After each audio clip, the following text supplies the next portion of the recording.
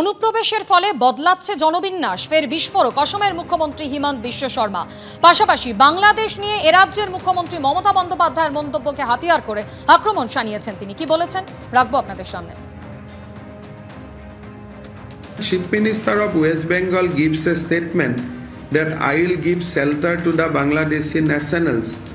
So then it's raise a question that how much we are committed against the infiltrators.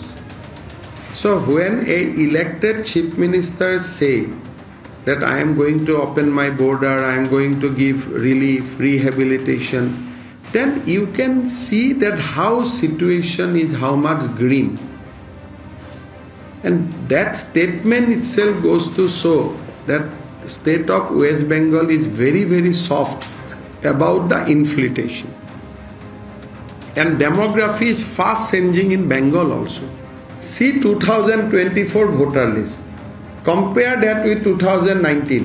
And you will see the percentage of increase immediately. And today in the voter list by computer software, you can break up the religion. What is the ratio of Hindu-Muslim in 2019 and what is in 2024? Because both the voter lists are available in public domain. Voter list অনেক পরের ব্যাপার। সবথেকে বড় কথা অনুপ্রবেশ মানে জলপথে হোক, স্থলপথে হোক, আকাশপথে হোক, বেআইনি ভাবে ভারতবর্ষে ঢুকছে কি ঢুকছে না তাকেই অনুপ্রবেশ বলা হচ্ছে। তো এই সমস্ত জায়গা সেই জলপথেই আসুক, স্থলপথেই আসুক, ভারতবর্ষের ভূখণ্ডে ঢুকতে গেলে তাদের আটকানোর দায়িত্বটা কাদের একটু বলে দেবেন?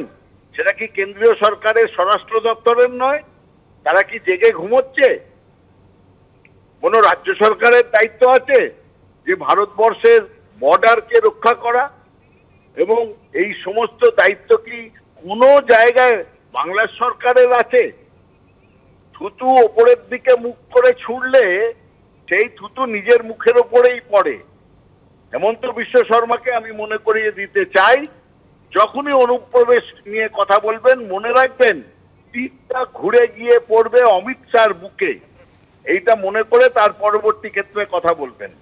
কেন্দ্রীয় তদন্তকারী সংস্থা ইডি নিয়ে এবার চাঞ্চল্যকর অভিযোগ করলেন রাহুল গান্ধী। সোশ্যাল মিডিয়ায় তিনি পোস্ট করেছেন, বলছেন তার বিরুদ্ধে অভিযান চালাতে ছক কষছে ইডি। 29শে জুলাই সংসদে চক্রব্যূহ সংক্রান্ত বক্তব্যের পরেই এই পরিকল্পনা করা হয়েছে, এমনই দাবি করছেন লোকসভার দলনেতা। ইডির ভিতরের লোকেরাই এই খবর তাকে দিয়েছেন, বলছেন লোকসভার বিরোধী দলনেতা। সোশ্যাল মিডিয়ায় পোস্ট করেছেন কংগ্রেস সাংসদ, অভিযানের জন্য অধীর আগ্রহে অপেক্ষা করছি, চা বিস্কুট থাকলে তার তরফ থেকে বলা হবে, এমনই মন্তব্য করেছেন রাহুল গান্ধী, লোকসভার বিরোধী দলনেতা।